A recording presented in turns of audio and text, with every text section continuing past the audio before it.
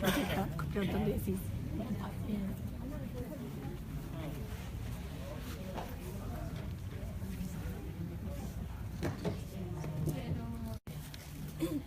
Buenas noches. Qué pena, yo sigo enferma. Entonces, me aguantan, por favor, los 3 minuticos de casi mudez. ¿Sí? Pues creo que hoy ya es como el lanzamiento oficial del festival que vamos a celebrar entre el 11 y el 16 de octubre. Este es pues nuestro lanzamiento ya oficial del afiche del festival. Estamos pues contando con que todos ustedes nos puedan acompañar durante todas las celebraciones del festival. El festival tiene actividades del 11 al 13, actividades gratuitas en la ciudad de Medellín, y 14, 15 y 16 tendremos unas pajareadas fuera de la ciudad. Estamos programando San Rafael, el Hotel Manantiales, el municipio de Jardín, y estamos programando también para ir al Hotel Tinamú en Manizales. Entonces, pues con eso sí hay que preinscribirse, y habrá que pagar la cuota que estamos pues pensando, incluido todo el transporte, alojamiento, alimentación y pues el guía especializado en aves que nos esté acompañando. Pues no va a pasar, yo creo que de 500.000 pesos, ¿cierto? Más o menos estamos calculando. Vamos a estar posteando la información pues muy detallada en la página de la SAO y en la página del festival para que estén pendientes. Entonces, 11, 12 y 13 son todas las actividades, todo el día en Medellín. Ya les vamos a poner la programación. Este computador claramente no lo sé manejar, qué pena con ustedes. Pero bueno.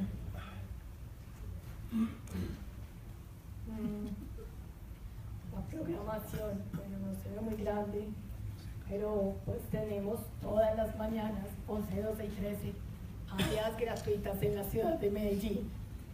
Vamos a estar pajareando en el Parque La Presidenta, en el Parque Lineal de la Presidenta, que queda en el Poblado. Vamos a tener pajareadas en la finca El Moral, que es la reserva de 630 hectáreas que tiene el municipio de Medellín en San Cristóbal. Y vamos a también estar pajareando en el Parque Arví. El día 13, que es el día que vamos a tener actividades en la Universidad de AFIT, va a haber también pajareada en EAFIT, coordinada por el Grupo de Observadores de Aves de la universidad. Entonces ese día es el único que hay como 4 actividades de pajareada gratuita. Como esas pajareadas tienen cupos limitados, entonces tienen que estar pendientes para que se inscriban, pero esas son gratuitas. Y adicional, es que eso sí está muy chiquito, qué pena. A ver cómo se ve un poquito. Bueno. ¿Alcanzan a ver algo? Sí. Tenemos pues actividades, ciclos de conferencia principalmente. El miércoles 11 tenemos ciclo de conferencias toda la tarde, a partir de las 2 de la tarde en el Parque Explora. El jueves tenemos desde las 2 hasta las 6 de la tarde talleres infantiles gratuitos en el Zoológico Santa Fe para niños. Y simultáneamente a los talleres va a haber ciclo de conferencias en el Parque Zoológico Santa Fe. También va a haber en el zoológico una actividad especial que es el recorrido nocturno por el zoológico. Entonces ese recorrido es muy chévere, hay que inscribirse porque también tiene cupos limitados, sigue siendo gratuito, pero ese recorrido es muy bacán porque nos llevan a ver los búhos, nos llevan a ver las especies durmiendo, pues que también es una parte interesante, pues escuchar los sonidos de la noche en el zoológico.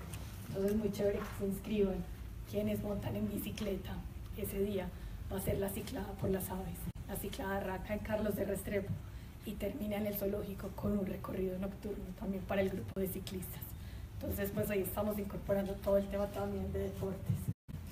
Y el viernes 13 la celebración ya del festival es toda la tarde en la Universidad de AFIT, como les dije ahorita, con las pajareadas pues por la mañana, pero tendremos ciclo de conferencias. Va a estar muy interesante. Les cuento que entre otros viene Ed Clark, que es el director del Wildlife Center of Virginia. Él va a estar el 11 en Explora en Ciencia en Bicicleta. Él viene, se me olvidó, bueno, pero viene John Myers de WWF y viene Chris Wood, que es el director del programa IBER. entre otros pues son de los conferencistas pues internacionales que vienen a acompañarnos, son los de Alto Turmeque, entonces esperamos que todos estén pues muy activos para que vengan al festival y pues que inviten a todo el mundo porque el festival es abierto para toda la ciudadanía. Espérenme a ver si soy capaz de abrir el video. Pues no. Creo.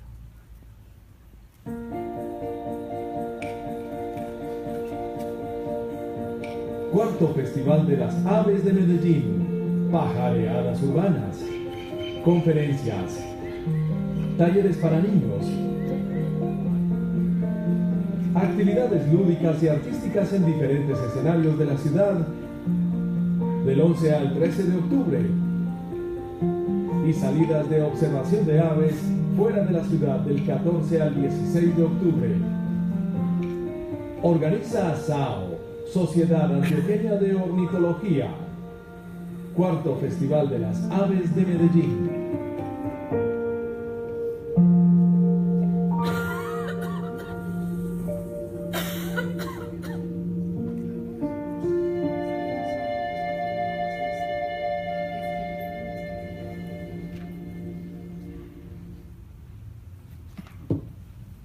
Quieran invitar visitantes de otras ciudades que requieran alojarse, el Hotel 10 que queda en el Poblado nos está dando una tarifa muy especial para el festival, pues como apoyo para la celebración del festival. Ellos nos ofrecen una tarifa como de 155.000 pesos por persona en acomodación doble, pues es un hotel 5 estrellas, entonces es una tarifa bastante atractiva.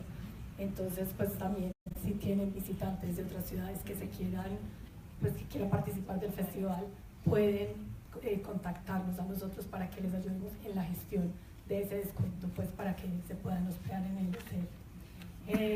El día de hoy tenemos una foto espectacular en el Cucarachero. Voluntarios. ¿Qué? Los voluntarios. Sí, vamos a necesitar muchos voluntarios. Entonces, quienes tengan disponibilidad, por ejemplo, Natalia que acaba de llegar, se va a tener que apuntar de voluntaria con seguridad. Pues quienes tengan disponibilidad pueden ayudarnos en el prefestival, en todos los preparativos, nos pueden ayudar durante los días del festival. No se tienen que apuntar para todos los días, pueden ofrecerse como voluntarios para uno de los 3 días o para 2 de los 3 días, o si quieren todos los días pues también. Y también habrá algunas actividades de evaluación posterior que van a requerir pues que tengamos algunos voluntarios como apoyándonos. Ramón está haciendo la coordinación del festival, párate para que te conozcan. Presentate. Bueno, buenas tardes, mi nombre es Ramón, voy a estar en la coordinación del festival.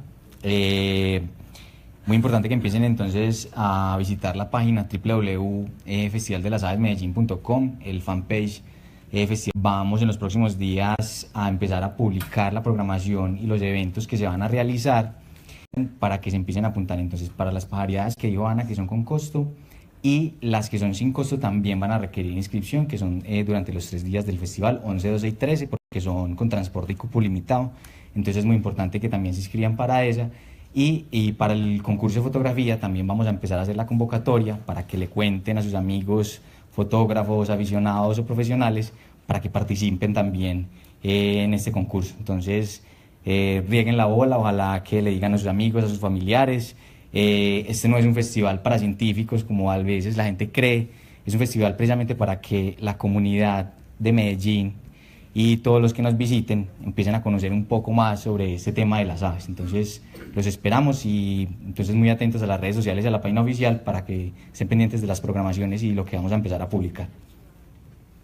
Y para los que no usan ni redes sociales ni se meten mucho a explorar en las páginas de internet, Marle también, o a través del correo electrónico, va a estar haciéndoles llegar la información. Entonces, si quieren recibir la información, por favor, ahora vamos a hacer circular la hojita que siempre circulamos de la asistencia. Escriban muy claritos sus correos electrónicos para que les pueda llegar toda la información completita, ¿cierto? Bueno, hace unos meses empezamos a publicar unos perfiles en el Cucarachero de los socios, ¿cierto? Entonces, este mes queremos destacar a Libertus Pony. Muchos lo conocen porque es un señor que mide 2 metros y 5 centímetros. Hoy no está con nosotros porque estaba con su familia en Luquí, pero Libertos es un gran fotógrafo de aves, es un gran fotógrafo, pero que se ha enloquecido mucho pues con el tema de las aves. Lleva muchísimos años. ¿Cuántos años lleva Libertos? Más de 20 años lleva enlazado. Siempre desde el 96. Desde el 96. 96. O sea, 21 años, sí. Entonces, y él siempre viene con su esposa Luz Estela. Pues queríamos destacar pues como a Libertos, que ha sido pues un gran amigo de muchos de nosotros. Pues ahí pueden leer cómo viene la reseña. La próxima pajareada mensual va a ser en la vía Parque Caldas, Angelópolis. Es un recorrido que se hace más fácil, creo yo, que ustedes estaban pensando en carro. Se hace más fácil si se van en el bucecito del asado, porque si se van en carro hay que estar devolviéndose a recoger el carro. En cambio el bucecito se hace todo el recorrido por la carretera y ya el bucecito lo recoge más adelante. Entonces la sugerencia es que tomen el bus que provee el asado. Esa paria es buenísima, es muy muy linda. Siempre veo unas cosas supremamente chéveres. Es un sitio que vale la pena, tiene una declaratoria como parque regional. Entonces, pues es un sitio que vale la pena que visiten. Para los que tienen restricciones, pues por ejemplo, para hacer recorridos en zonas como de caminos, veredales y eso, es un recorrido bastante fácil porque es por una carretera, pues destapada, pero es por carretera, entonces digamos que es algo que se puede hacer fácilmente. Hace unos días hubo una situación con un cisne negro en el municipio de Envigado. Entonces también nos están contando en el Cucarachero una historia sobre qué pasó con ese cisne. Les cuento que hace poquito se sacó una guía de buenas prácticas para el aviturismo y para el avistamiento de aves. Es un trabajo que hizo Fontour y que creo que vale la pena porque ante todo este auge del turismo de naturaleza y el turismo de avistamiento de aves, pues es muy importante nuestro comportamiento ético. Los primeros que tenemos que dar ejemplo somos los pajareros, ¿cierto? Entonces los invitamos a que bajen de la página que está aquí, pues que también se puede bajar a través del cucarachero que les va a llegar electrónico, y le peguen una maciadita porque hay cosas que a uno se le olvidan y el comportamiento ético es fundamental para que podamos después compartir durante más tiempo con las aves. Tenemos muchos libros rebajados, tenemos el de Ollas Saladas en 40.000 pesos, el de Leo Miller en 20.000 pesos y Aves del Valle de Aburrá en 15.000 pesos, entonces para que aprovechen y compren como con descuento. Sergio tiene unos ahí, de hecho muy chéveres. Martín nos hace un escrito sobre la cotorrita cabeza azul, también nos pone una fotografía para que le peguen también una miradita. Este es un poema de Oscar Domínguez, ¿sí? Y también otro poema de William McCraw, ¿sí? Estos los dos comparte Martín, que sabemos que es bastante aficionado a la poesía y a la fotografía. Desde hace ya creo que 2 años y medio venimos publicando la pronunciación de los nombres científicos. ¿Se acuerdan que hace 20 años publicábamos qué significaban los nombres científicos? ¿Te acuerdas? Ay, no. ¿Cierto? Y ya estamos publicando cómo se pronuncian correctamente. Si coleccionan el cucarachero o si consultan el cucarachero en la página web que están todos montados, pues pueden ir haciendo esa compilación porque pues para que lo leemos bien. Yo todavía me descacho mucho.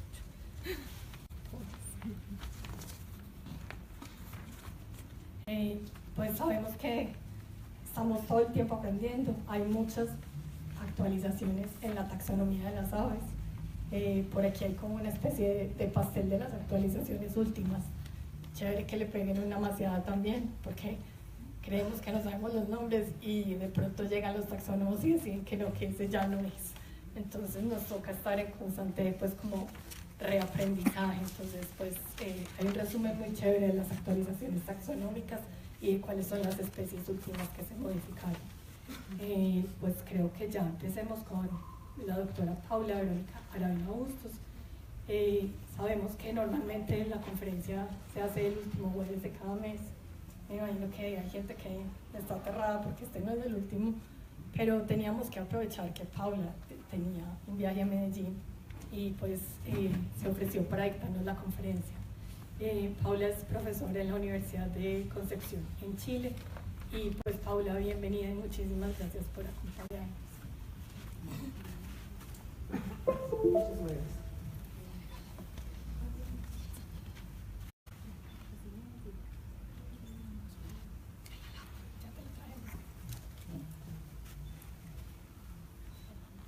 Buenas tardes. ¿Se escucha bien? Sí.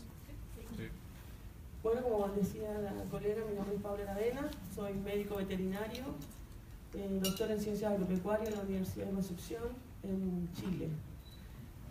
Mi pasar ha sido más bien dedicado a la fauna mamífera.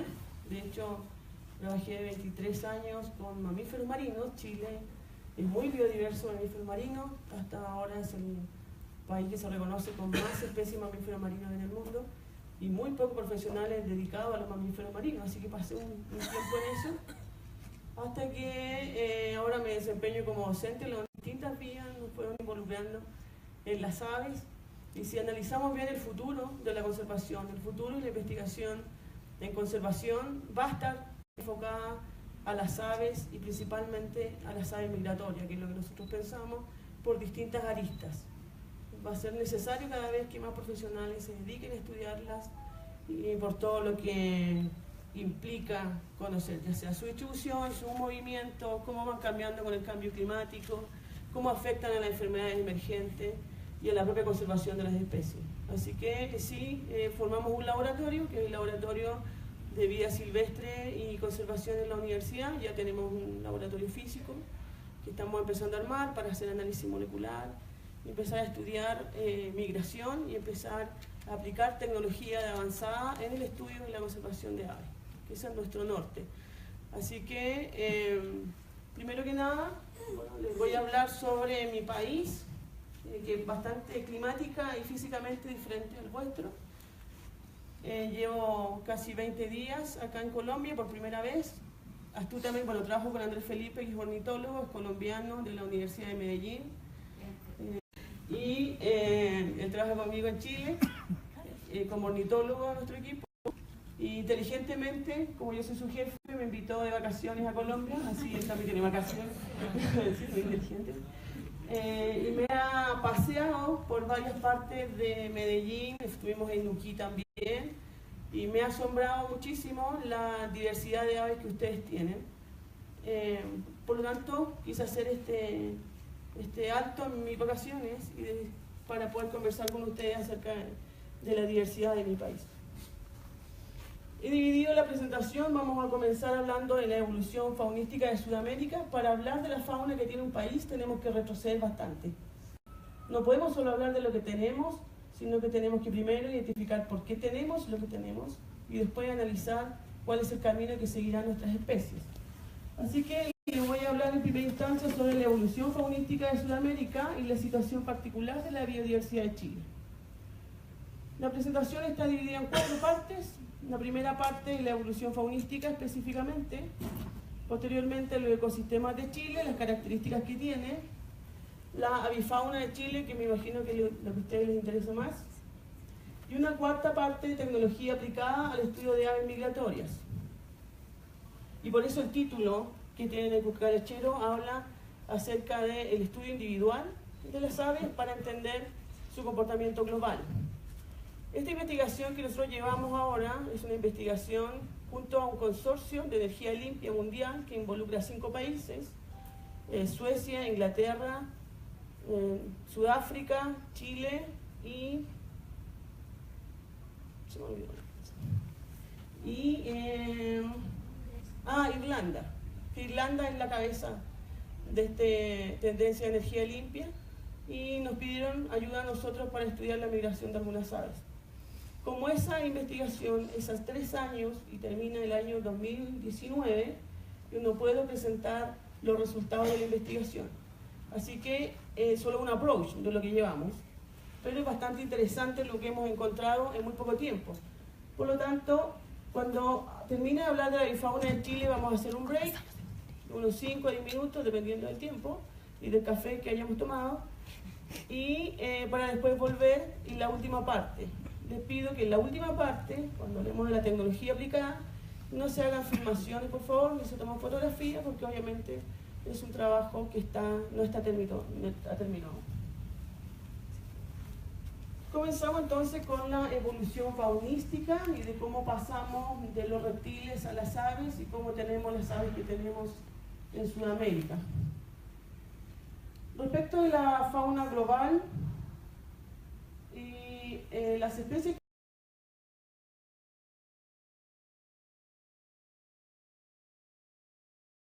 muy importante con el resto de las especies. Así que es conocida de un estimado de 60. Entonces tenemos una fauna existente actual en Sudamérica, tanto en especies nativas, en especies extintas y en algunas invasoras que han derivado a partir de una serie de sucesos que son alteraciones geográficas, climáticas y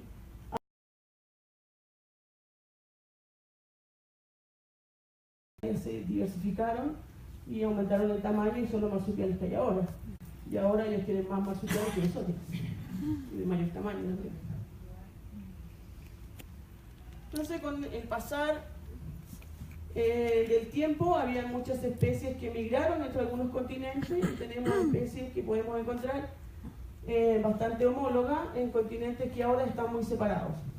Sudamérica con África, con Antártica y Australia y también con la India. Para el paso de los animales, primero tuvo que haber existido el paso de la vegetación.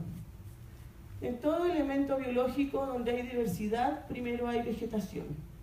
No solo en ambiente terrestre, también en mar.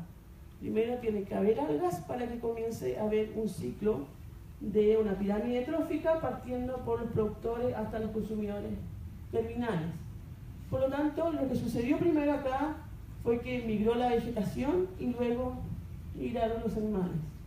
Uno de los primeros animales que migra son las aves. Por lo tanto, las aves son cruciales en la existencia de las distintas especies en estos continentes. A medida que fueron separándose los continentes en la era cenozoica y cuando estábamos un poco unidos aún, Sudamérica, que está en el centro, aporta con especies a África, a Australia, que en ese tiempo estaba unido a la Antártica, así que se llamaba Austroantártica, con especies marsupiales principalmente y roedores. Nosotros aportamos muchos roedores a los otros continentes y ellos nos aportaron algunos animales de mayor tamaño y murciélagos y muchas aves. Desde esos 250 a 225 millones de años atrás, cuando Pangea comenzó a dividirse en Laurasia y en Gondwana, para después generar esta separación de continentes, Sudamérica pasó entre 65 a 100 millones de años separada del resto de los continentes. Todo ese periodo en que Sudamérica pasó separada generó una fauna muy propia del continente y con un alto endemismo.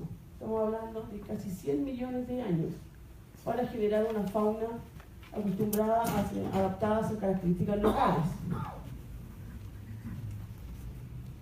Desde Australia recibimos especies a Sudamérica en una sola vía. Recuerden que para el tiempo pasado Antártica no era una tierra de hielo, era una tierra vegetal de mala calidad nutricional, pero vegetal al fin, donde las especies pasaron por la Antártica para seguir su paso hasta Sudamérica sin formar poblaciones definitivas allí, exceptuando por los pingüinos. Posteriormente, cuando se separó este continente y la Antártica quedó rodeada de mar, se enfrió y se congeló, se movilizó hacia el polo y luego no permanecieron especies mamíferas en el lugar. Por lo tanto, recibimos algo de Australia, pero nada quedó en Antártica. Y de otros lugares del continente hasta las islas del oeste pasaron algunos animales de gran tamaño o de muy poco tamaño, principalmente derivados de los efectos de la depredación. Entonces tenemos este continente americano separado de 36 a 50 millones de años con una fauna muy endémica. Entre los 20.000 millones de años atrás hasta los 15.000 millones de años, los 15 millones de años atrás, se comenzó a formar este puente entre Norteamérica y Sudamérica, que conocemos como Istmo de Panamá. Esto cambió la situación faunística de Sudamérica, nuestra flora y nuestra fauna. No solo en animales, sino que también posibilitó el paso del ser humano. Con esto recibimos fauna y donamos fauna. Fíjense que se sabe muy poco de las aves en esta época, hay pocos restos fósiles. Sí tenemos lo que se llaman las aves del terror, que eran aves de gran tamaño, podían medir 4 hasta 6 metros de altura. Un ave de esas se comía un caballo. A los pumas también. Tuvimos elefantes en Sudamérica, que posteriormente fueron cazados por el ser humano.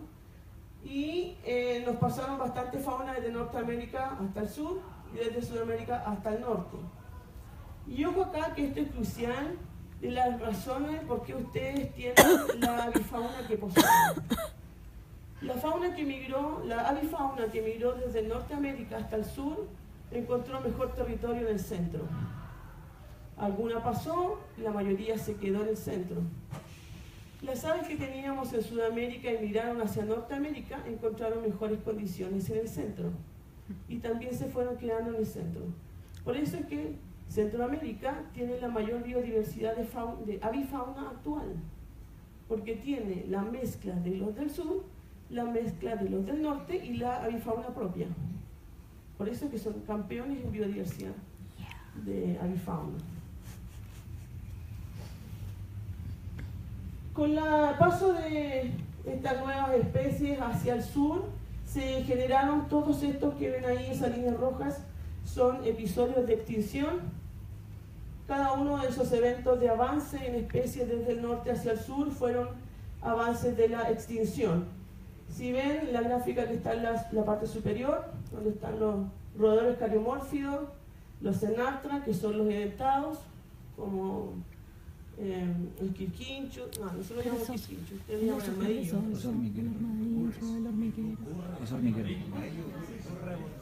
Armadillo, y los osos hormigueros, los perezosos, todos sufrieron un descenso importante en número después que llegaron estas especies desde el norte, también los marsupiales.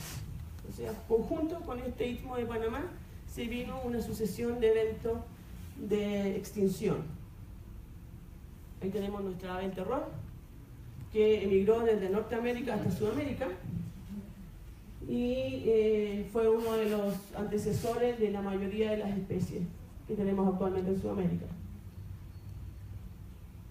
Posterior a ese evento, hace 17.000 años aproximadamente, tiene su origen el hombre en Sudamérica y con ella disminuyó muchísimo más la fauna y la megafauna, los megaherbívoros, por eso se extinguieron los elefantes, producto a la caza continua que dio el hombre, que el hombre entró como una especie invasora. Si ustedes se fijan, en cuanto al impacto que tiene el ser humano en África, es mucho menor que el impacto que el ser humano tiene en Australia, en Norteamérica o en Madagascar, con las especies. Cuando entró el ser humano, esas nuevas regiones extinguió cerca del 80% de la fauna existente. ¿Por qué sucede esto? Porque ya lo dijimos, cerca de 50 millones de años el continente estuvo separado. Por lo tanto, genera una fauna endémica que no estaba ambientada a un invasor como ese. En África no sucede igual porque África da origen a la especie humana y al dar origen las especies van evolucionando conjunto con este depredador. Las posibilidades de defenderse a un depredador conocido son mucho mayores que defenderse a un depredador nuevo.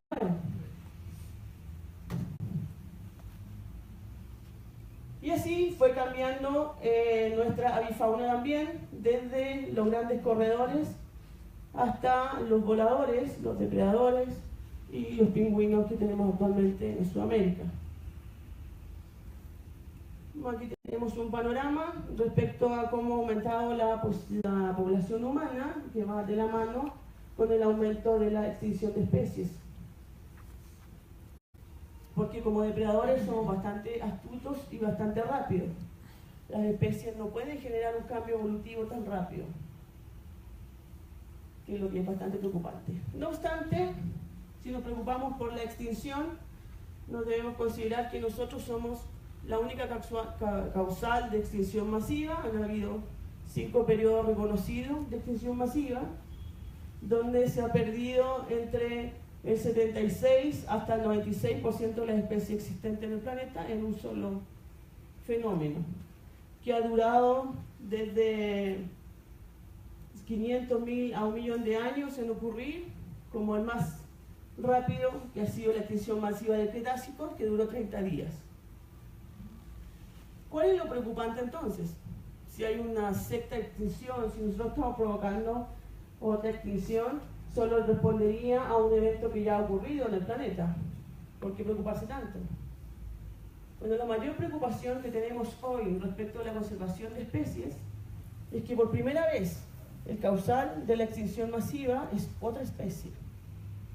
Hasta ahora solo habían sido fenómenos externos al planeta y ahora tenemos una especie causando la extinción de las otras. Y con lo que se conforma, lo que se conoce, lo que propuso Wilson de la Universidad de Harvard, como el Club de los 100 latidos, que son aquellas especies que tienen menos de 100 individuos y están a unos latidos de la extinción. Esa es nuestra preocupación actual. Estos fenómenos de extinción que comenzaron con la llegada del hombre no han terminado, a pesar de que el hombre ha madurado y ha concientizado de algún modo acerca de la importancia de las especies. Esta extinción no ha disminuido, ha aumentado. Y tenemos entonces que en este continuo accionar de extinción hemos presionado a las especies a generar nuevas especies. Y en América hemos pasado de tener 4 especies fundamentales, de las cuales un tipo de aves dio origen al 89% de las aves restantes. O sea, tenemos una rama, que son las neoaves, que dieron origen a todas las demás. Este árbol evolutivo reciente está hecho a partir de análisis molecular de un grupo bastante abundante de aves, de su informe de Nature, donde señala que incluso podríamos confundir el cantar de una ave con otra porque están emparentadas molecularmente y porque su origen evolutivo es similar, aunque en forma y en estilo de vida no lo sean. Eso presionado con respecto a la fauna que tenemos en América, entonces, porque tenemos las aves que tenemos en América y cómo han sido derivadas de un proceso sucesivo de extinción y presión ambiental, producto de la invasión biológica después del Istmo de Panamá y producto de la aparición del ser humano. Entonces, ahora que tenemos este contexto global de Sudamérica, voy a presentarles lo que sucede en nuestro país, que tiene condiciones bastante diferentes a las de vuestro país. Chile, que se define generalmente, incluso nos preguntan a nosotros los chilenos cómo es nuestro país, y nosotros decimos una larga franja de tierra angosta. Pero no es tan así desde el punto de vista biológico y ecológico. Nuestro país es largo, pero es ancho.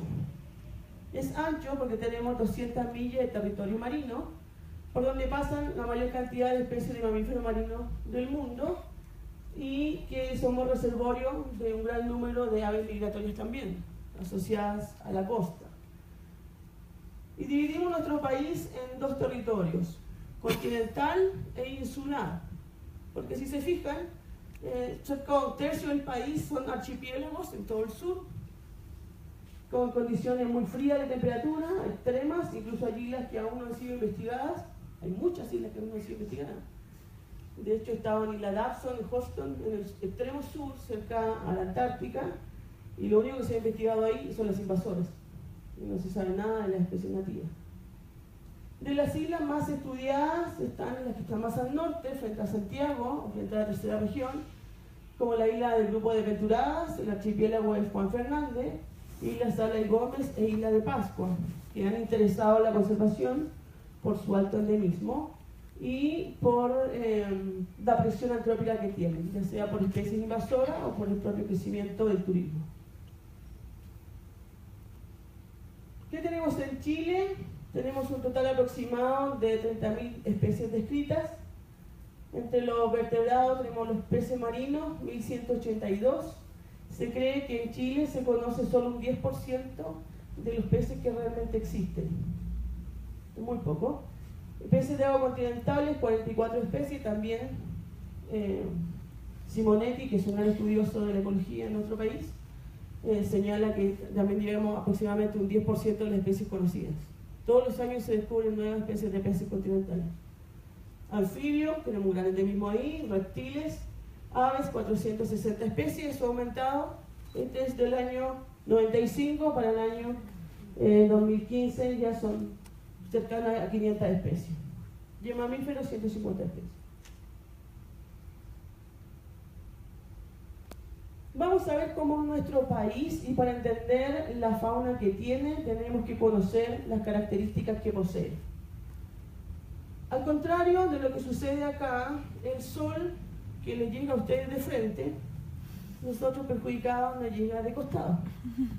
Y como el sol nos llega de costado, tenemos menor temperatura a medida que nos acercamos al polo y tenemos menor calidad de luz. Así que nuestra mayor pluviometría, que está en el sur, tenemos más agua, pero tenemos menor calidad de luz y menor cantidad de temperatura. Y por lo tanto tenemos un norte más templado que el sur y una cordillera permanentemente fría, con hielos eternos y glaciares tanto en la primera región del país como en la última. En verano el sol nos llega de frente, así que tenemos bastante temperatura, más que en invierno. Nuestro clima es templado y tenemos 4 estaciones definidas: verano, primavera, otoño e invierno, con 2 estaciones frías y 2 estaciones calientes, donde el verano puede ser muy caliente, con zonas que tienen temperatura máxima de 36 grados y con zonas que tienen temperatura mínima de menos 16 grados.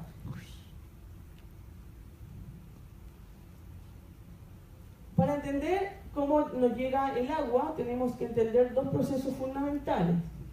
Uno es el movimiento de los vientos de la troposfera, que son los vientos alisios. Que los vientos alisios, nuestro planeta no es un círculo perfecto, no es una pelota realmente redonda, sino que es achatada a los polos. Por lo tanto, en el movimiento de rotación que está moviendo los vientos de manera asimétrica. Los vientos se impulsan hacia el centro y hacia los polos, pero como es achatado, entonces al polo mismo no le llegan los mismos vientos. Así que tenemos un centro del planeta, que es la zona ecuatorial, a la que le llegan los vientos alisios desde el sur y desde el norte. Los vientos alisios empujan las nubes, y al chocar las nubes que vienen desde el sur con las nubes que vienen desde el norte, llueve mucho en el trópico. Pero si nos vamos alejando, acá, cercano a los 0 grados de latitud en el trópico, tenemos mucha lluvia, producto de los vientos alisios, y después los 40 grados al sur, mucha lluvia otra vez, y hacia el norte entre los 40 y 50 grados, también mucha lluvia. Por lo tanto, en Chile tenemos desierto en la mitad del país, una zona muy árida, y mucha lluvia en el sur del país. O sea, donde tenemos buena calidad de luz, no tenemos buena calidad de agua. Donde tenemos mucha agua, no tenemos buena calidad de luz. Por lo tanto, en el extremo sur tenemos bosque templado, muy frondoso, con un gran dosel, de hoja dura, poco nutritiva. Si nosotros pasamos las especies aquí en Colombia y queremos hacer una pirámide trófica, que es lo más importante para el ecosistema, partimos con unos insectos, una gran variable de anfibios y reptiles, después tenemos carnívoros menores, o algunos herbívoros, monos, monos, y muchas aves, y después tenemos rapaces, y hacemos una escala del mundo, o tenemos el huemul, que es un ciervo mucho más grande, y no hay más en la interfaz, porque la calidad nutricional en vegetación es muy baja. Por lo tanto, no admite más eslabones esta cadena trófica, y nos pasamos al puma, que es nuestro depredador. Entonces tenemos un ambiente bien estricto para los animales y exigente. La mayor parte de nuestras especies son extremófilas. Y para acabar de ajustar, como se dice, la tenemos dividida en distintas zonas con distinto clima. Norte grande, norte chico, zona centro, centro-sur, sur, zona fronteriza y extremo sur. Y cada una de ellas tiene paisajes ecológicos y climáticos diferentes. En la zona desértica, que es la parte superior, que tenemos desértica litoral e interior, entonces tenemos pluviometría que va entre los 0 milímetros al año, determinándose como una de las zonas más áridas del mundo, hasta los 10 milímetros año. Lo único único que tiene vegetación es la pampa del Tamarugal, que está asociada a un río, y tenemos esta ave que es Prosopis tamarugo, que está coevolucionó con este tamarugo y solamente vive ahí. No hay mucho más. Si nos bajamos a la zona tropical, que está tropical marginal y tropical de altura, la pluviometría aumenta un poco, desde los 50 milímetros año hasta los 200. Tenemos vegetación de mala calidad nutricional, solo pueden alimentarse ahí algunos camelios sudamericanos y el ñandú, que le llaman suri. Es una subespecie que está en peligro crítico. Bajamos a la zona mediterránea, que es la más extensa del país, que tiene una pluviometría que parte de los 25 milímetros de lluvia anual hasta los 1400, que es mucho más mixto. En esta zona se encuentra el mayor endemismo del país en roedores, en anfibios y reptiles, pero también es la zona más habitada del país. Por lo tanto, en donde los animales están en mayor peligro y tenemos la mayor zona de endemismo ahí. Nuestro principal peligro hoy en Chile son los perros asilvestrados. No son los pumas, ni siquiera es la misma gente, es la gente protegiendo a los perros asilvestrados. Ninguna especie en Sudamérica, por lo menos en Chile, yo me imagino que en el resto de Sudamérica también ocurre así, ha evolucionado para enfrentar a un depredador en manada. Acá no hay lobos, no hay coyotes, los zorros son cazadores individuales, los pumas son cazadores individuales, los jaguares son cazadores individuales. Todas las especies nuestras evolucionaron para evitar el acecho. Y tenemos mariposas que simulan ojos, tenemos felinos que tienen parchecitos blancos detrás de las orejas para simular ojos. Y tenemos todo un sistema de vigilancia de los animales para el acecho, pero ninguna de nuestras especies está capacitada para la cacería en manada. No saben responder, no saben reconocer el peligro en una jauría de perros o en un grupo de gatos. Por eso tan peligroso para nosotros ha sido que nuestra especie endémica está tan cerca de la ciudad.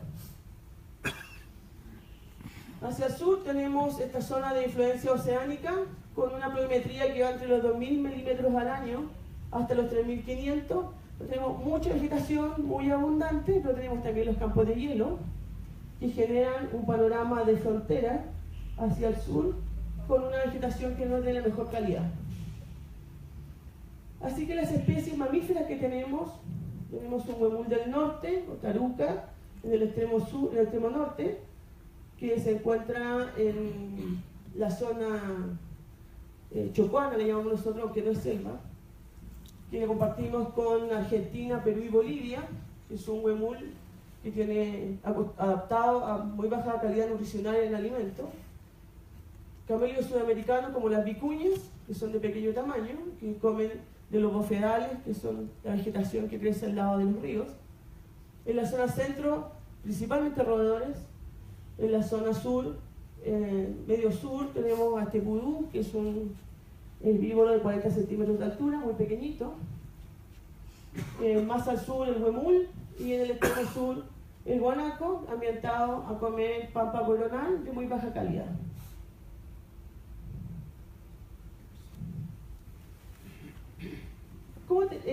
Tenemos entonces a un país que tiene una gran relevancia mundial en cierto sentido.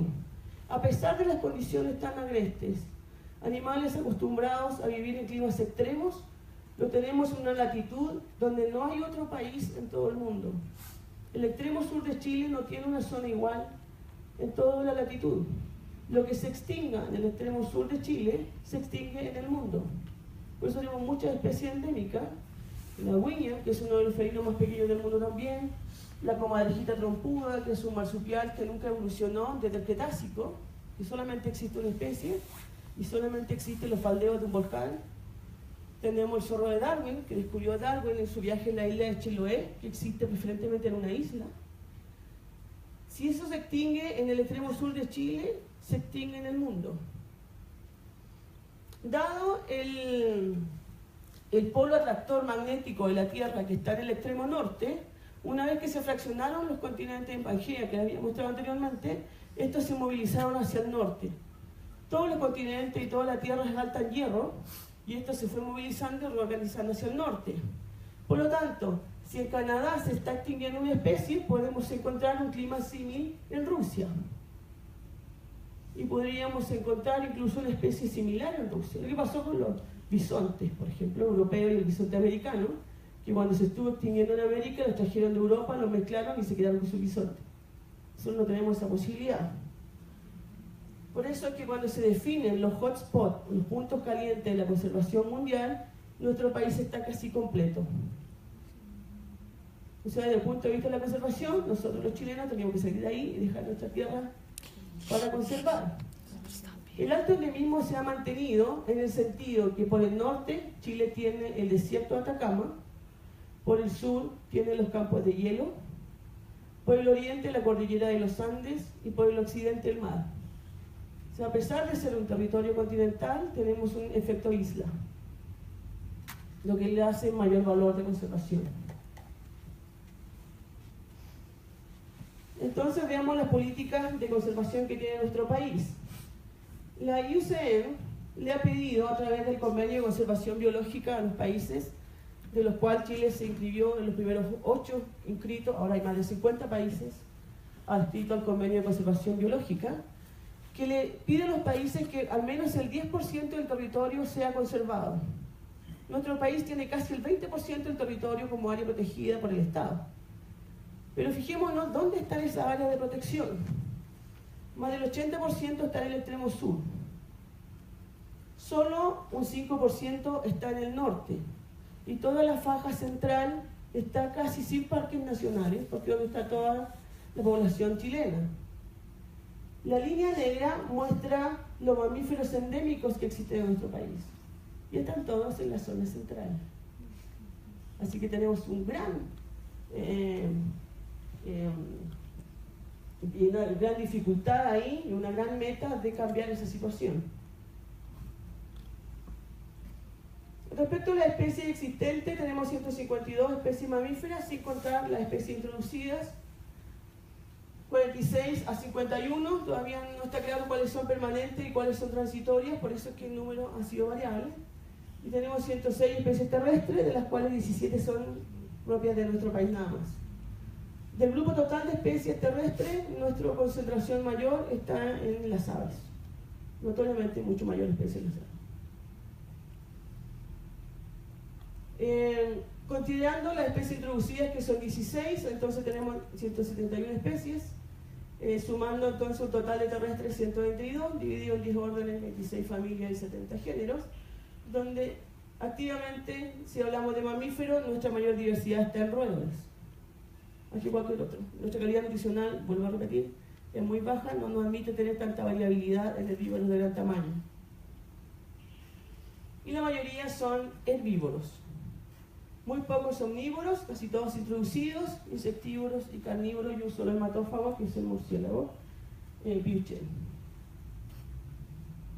Respecto al peso que tienen nuestras especies, fíjense que casi el 50% de las especies pesan entre 11 a 100 gramos, porque nuestra fauna está principalmente abocada a roedores, porque nuestra luz es bastante tenue. Y la riqueza de especies es menor en el desierto de Atacama y mucho menor en el extremo sur, o sea, nuestras dos limitantes, con el desierto de Atacama, con los campos de hielo, son las menos biodiversas, cuando en los países ocurre exactamente lo contrario. En la zona limítrofe, donde tiene mayor biodiversidad, nosotros tenemos dos barreras en ambos extremos. Tenemos 21 especies que son especialistas de hábitat, lo que las hace mucho más difícil de conservar, y 2 especies generalistas en cuanto a las especies que tienen una distribución limitada en el país.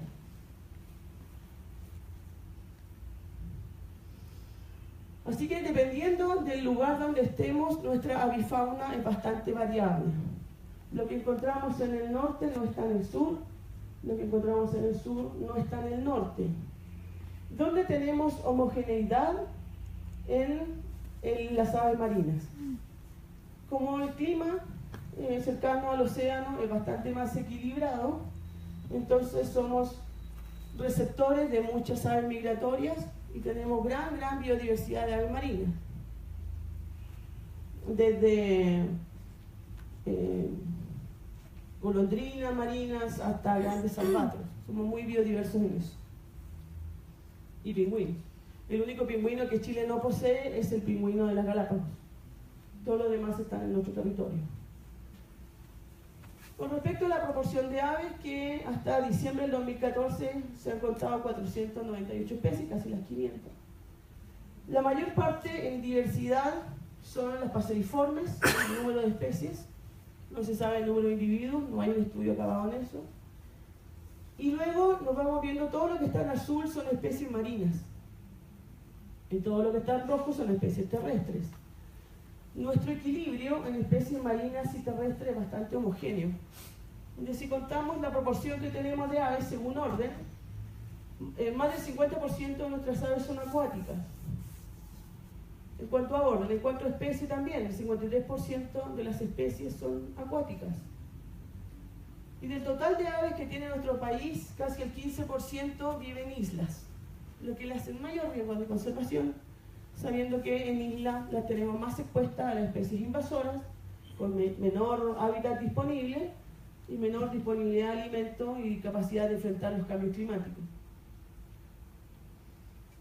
Pero sí tenemos una ventaja, una razón de por qué tenemos tanta avifauna marina, y es la corriente fría de Humboldt.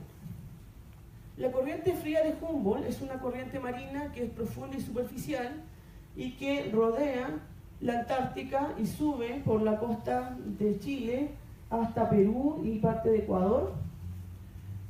Choca con un acantilado marino, así que no alcanza a llegar a nuestra isla de Pascua, por eso es que la isla de Pascua tiene un clima completamente diferente, con especies propias del lugar. Pero nosotros tenemos habitualmente especies antárticas que pueden visitar todo el resto del continente porque van subiendo por esta corriente. O sea, de las 1800 especies migratorias de aves que hay, Chile las posee casi todas. En alguna parte del año, donde alguna vez han sido descritas la mayor parte de las especies de aves marinas migratorias que están en el continente americano. Así que nuestro panorama en época estival es generalmente este: visita de abundante número de aves. Esta es una sola especie, Larus modestus, cambió nombre ahora, pero yo soy porfiada con los cambios de nombre. Ay, sí. No me gusta el nuevo nombre, no de acuerdo. Estoy de acuerdo con él, y sigo nombrando porfiadamente Larus modestus. Obviamente lo tengo que cambiar, pero esta es la gaviota garuma, que viaja desde Ecuador y Perú toda la época estival hasta nuestro país para reproducirse acá. Esta es una gaviota símbolo de las especies extremas. No solo vuela desde el Perú a Chile, sino que ella decide alimentarse en nuestras costas y es la única especie que anida toda la temporada en el desierto de Atacama, que es uno de los desiertos con temperaturas más extremas en el mundo. No contenta con anidar en el desierto de Atacama, cada año, cada fecha reproductiva, cambia el lugar de anidamiento, lo que hace para nosotros mucho más difícil estudiarla. Y ella pone su huevo y luego puede irse a comer 1 o 2 días y su pollo queda ahí enfrentado al estricto clima del desierto, con altas temperaturas del día y muy baja temperatura durante la noche. Ni siquiera construye el nido. Va hasta el desierto, limpia un poco, que yo podría hacer esto con el pie y seguro que hago más esfuerzo que lo que hace ella por hacer un nido. Solamente se preocupa que sus huevos estén puestos al lado de una piedra. La piedra no suele medir más allá de 10 centímetros cuadrados. Y lo que hace el pollito es que cuando hace mucho calor, rodea la piedra para que no le dé el sol, le llegue algo de la corriente del viento, y si hace mucho frío, rodea la piedra del otro lado para que no llegue tanto frío. 2 días después llega la madre a ver si está vivo. Vaya. Ay, ay, ay. Y ese es el panorama, increciendo. En una época propia, en el estudio que llevábamos, encontramos que en una playa de 50 metros cuadrados había 80.000 gaviotas entre el mar y la costa, de la misma especie. Lo que hace posible este tipo de panoramas, que me sorprendió cuando fuimos a Nuquí, estuve en la posibilidad de ver un frenesí alimenticio entre ballenas y delfines. Y me sorprendió mucho no ver aves, porque en Chile estamos acostumbrados a que este es el panorama. Tenemos piqueros cayendo desde el aire, que son un complemento esencial en la alimentación de los delfines y las ballenas de nuestro país. Son bastante cruciales, de hecho muchas veces son las aves las que le avisan a los mamíferos marinos que ahí hay un banco de peces y participan en coordinación para facilitar la alimentación de todos. Y los frenesí son muy particulares porque en ellos participan cetáceos que pueden ser odontocétos, dentados, o misticetos con barbas. Pueden, como eso, odontocétos como el delfín, pueden participar tiburones, lobos marinos, focas leopardos si estamos en el extremo sur, que son carnívoras, que comen otras focas incluso. Pueden participar orcas, se ha visto que han participado depredadores y presas al mismo tiempo consumiendo el mismo recurso. Lo que sorprende en los frenesí es que a pesar de que un tiburón se puede comer fácilmente uno de todos estos pájaros que están entrando, no lo hacen. Un lobo marino tampoco se va a comer una de las aves que están ahí, porque lo que hacen por esos minutos exactos que dura el frenesí, se respetan una especie con otra. Lo único que comen son peces. En ningún frenesí que ha sido filmado en nuestro país se ha detectado que un animal presa se coma un depredador. Solo peces. Porque el trabajo es un conjunto entre las distintas especies, donde las aves marinas son cruciales en que este fenómeno resulte conveniente para todos. Nuestra especie también se alimenta de frenesí, lo vimos varias veces. Tenemos cientos de aves en un mismo punto alimentándose del mismo recurso, participando con delfines, nutrias marinas. Parece película de terror, pero eso es lo que sucede en época reproductiva y en época de alimentación. Si se fijan, hay boyas. Esa es una playa turística. Por supuesto que la gente no puede recrearse con mucha comodidad esos días, que puede ser un mes, de hecho. No obstante, este panorama de corriente de Humboldt, que es tan propicia para las aves marinas, no es eterno. También tenemos un fenómeno del Niño, que últimamente nos ha visitado con mayor frecuencia y con mayor intensidad de la esperada. El último fenómeno del Niño que ocurrió para nosotros entre el 2009, después el 2011, después el 2015, que se esperaba que ocurriera con una diferencia de 3 a 7 años, que ocurrió 2 años continuos, donde a Perú le afectó mucho más que a nosotros, pero a nosotros nos afectó también. Este fenómeno del Niño, por alguna razón que aún se desconoce, parte con una corriente superficial del mar, con una temperatura que puede subir incluso 3 grados, lo que hace que todos los bancos de peces que están en la costa de nuestro país mueran o migren. Si migran, migran hacia la Antártica, para los peces que pueden. Los que no, mueren. Eso genera un fenómeno momentáneo de abundancia de alimento, donde tenemos...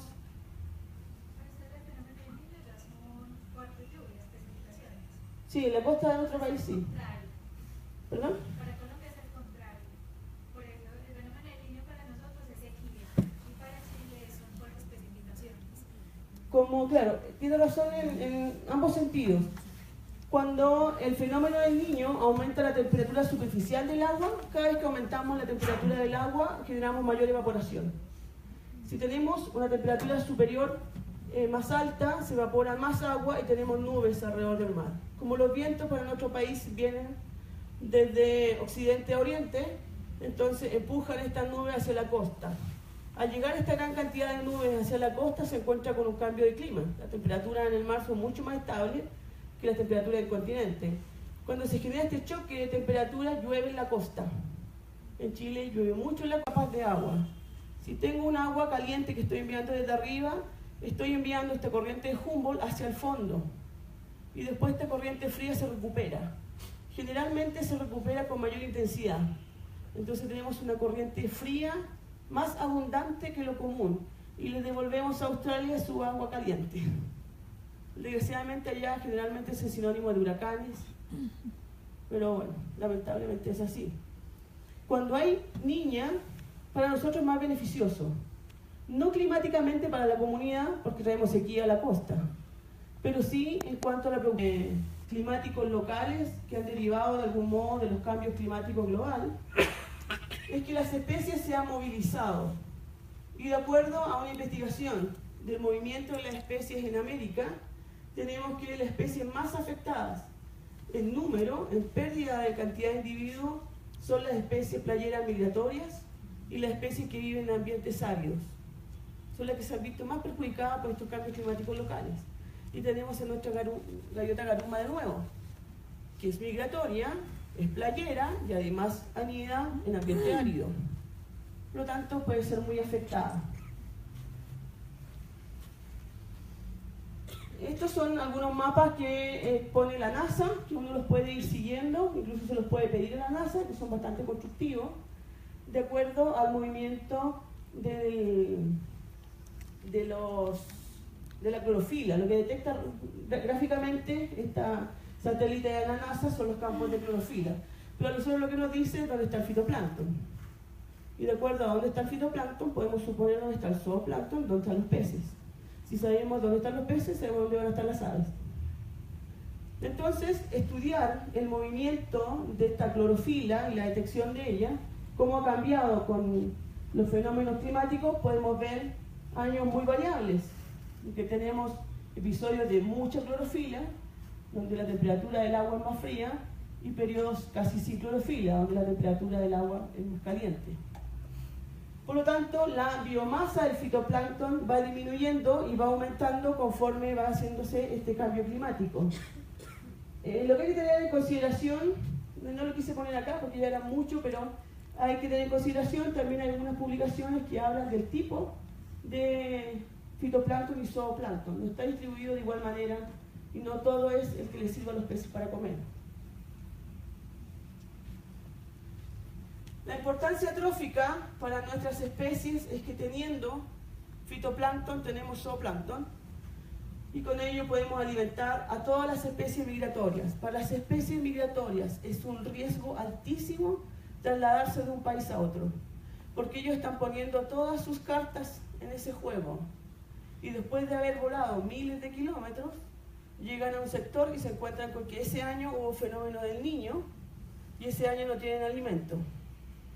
Y lo que es peor aún, bueno, esto tenemos algunas consecuencias del fenómeno del Niño, donde al aumentar la temperatura del mar tenemos este embaramiento de peces, que es beneficioso en un comienzo para los animales, pero es una pérdida para el futuro, porque todos estos peces que iban a desovar ahí y se iban a reproducir ya no van a poder.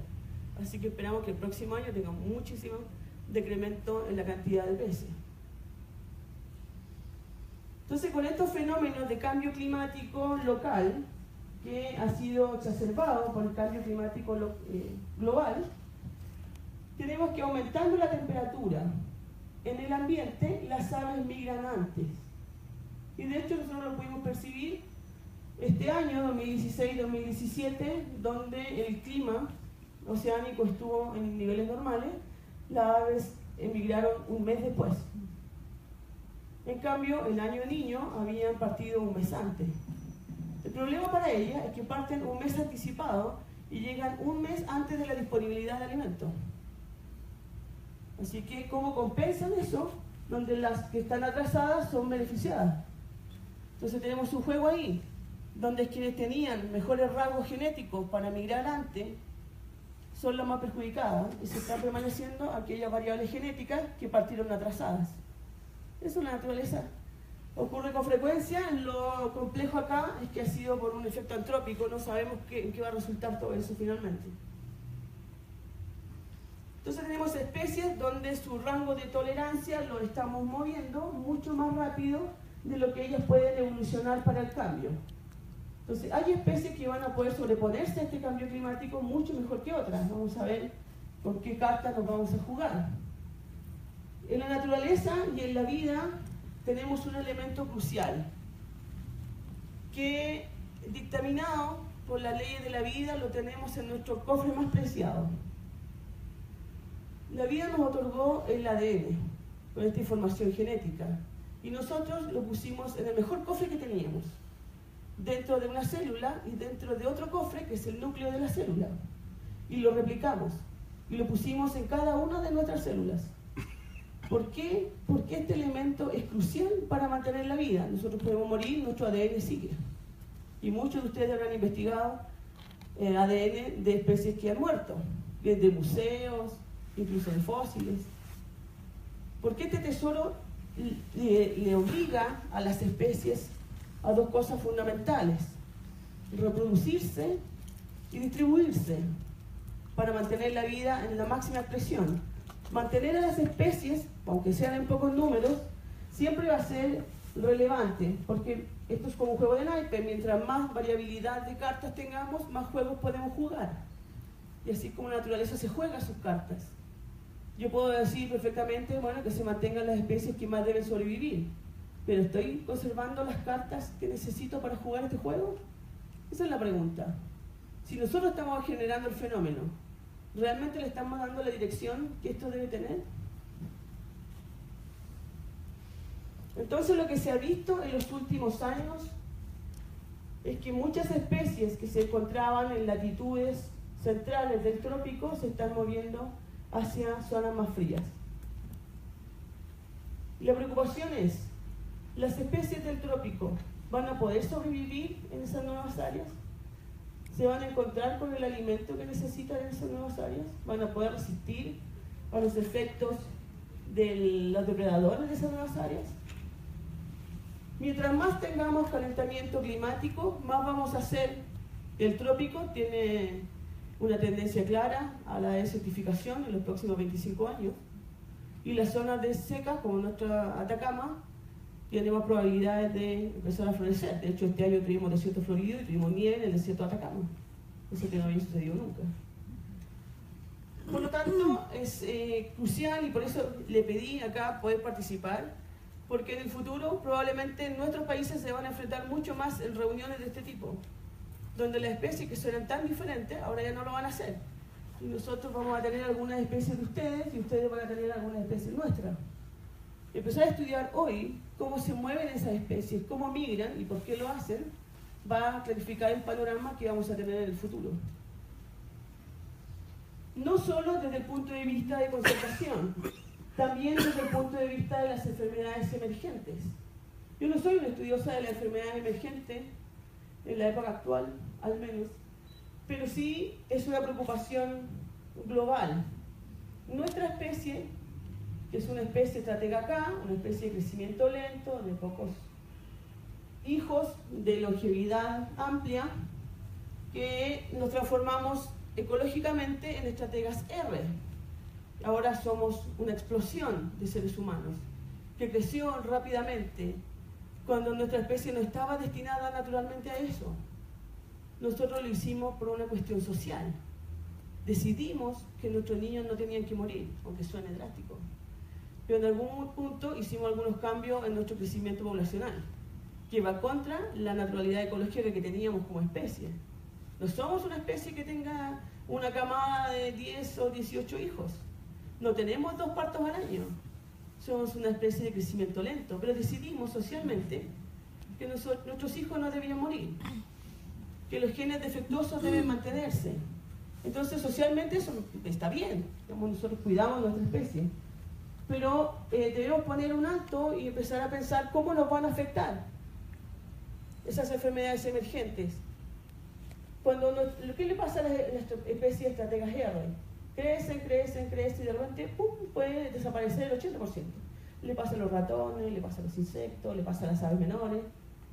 Puede desaparecer el 80% de la población y luego ellas vuelven a crecer, retomar sus números, porque son de rápido crecimiento, de baja longevidad, son precoces reproductivamente, pero nuestra especie es una estratega K.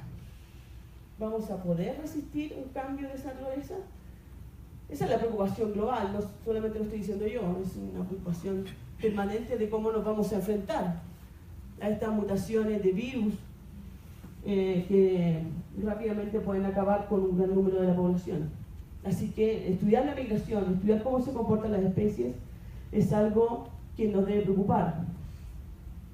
Principalmente porque tenemos especies que se mueven entre continentes, especies que se mueven en un mismo continente ocupando todo su largo, y especies que con los movimientos, que ahora ya no están en lugares naturales, que con el calentamiento global posiblemente se van a acercar a los lugares donde están la población humana y consecuentemente los lugares de producción avícola, podemos tener mayores riesgos. Por lo tanto, ¿qué se plantea como desafío en la conservación? Como desafío en controlar el cambio climático global, en poder llevarlo a un relativo equilibrio o a poder soportarlo mejor. Bueno, hay varias soluciones. Entre ellos, el desarrollo de estrategias de energía limpia son los más utilizados. Pero siempre va a estar la preocupación de cuáles son los impactos que generan sobre las poblaciones de aves esta energía limpia. Si va a hacer que estos patrones de migración se modifiquen, si va a disminuir los números de poblaciones. Así que yo los dejo hasta acá con esta parte de la presentación.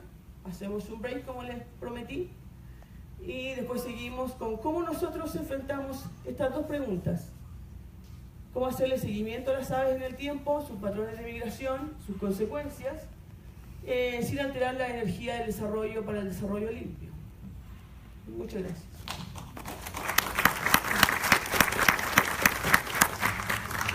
Por supuesto, si tienen dudas, o lo dejamos para después. ¿Cómo se da la migración vegetal cuando se supone que no los pájaros, los que llevan las semillas en su estómago, el proceso digestivo de un lugar a otro? Sí, actualmente la mayoría de la migración se produce por aves y roedores, incluso por animales que el propio hombre mueve. Todos sabemos, yo creo, que la principal invasor en el mundo, el primero y el más global, fue el pasto. El pasto llegó a isla mucho antes que llegaran los animales. ¿Quién los transportó? No siempre fueron las aves. Mucho de la migración fue migración pasiva, ya sea llevado por el viento, llevado por el mar. Los peces también son grandes movilizadores de vegetación en semillas.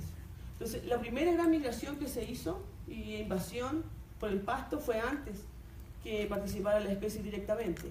En la actualidad, donde ya casi cada rincón del planeta que puede tener pasto lo tiene, la introducción de especies nuevas lo están haciendo las aves y los roedores. Pero para organizar un territorio baldío, una piedra madre, para que esta piedra madre comience a romperse y a generar un ecosistema, primero necesitamos la vegetación más rudimentaria, más extrema, más limitante que existe, que es el líquen. Una vez que está el líquen, casi nada de requerimiento nutricional, porque se alimentan de aire, y este líquen se descompone por la muerte natural o por cambios climáticos o por algo, y se empieza a generar materia orgánica. Con un poquito de materia orgánica puede crecer gramínea, leguminosa e invasora de crecimiento rápido. Habiendo un poquito de vegetación, eso es un atractivo para las aves. Por eso se dice que primero migran las plantas y después los animales. De hecho, cuando se descubren fósiles, se descubre primero la migración de la vegetación. Pero la más básica, no hablo de los grandes árboles, para eso ya necesitamos un ecosistema funcional. Pero las primeras, migración pasiva es el principal motor. ¿Sí? ¿Ok? Entonces hacemos un break. 5 minutitos solamente. ¿Qué dicen por ahí? No tenemos tiempo. ¿No tiene tiempo? Porque el auditorio nos lo cierran a las 8. Entonces vamos a suspender la grabación.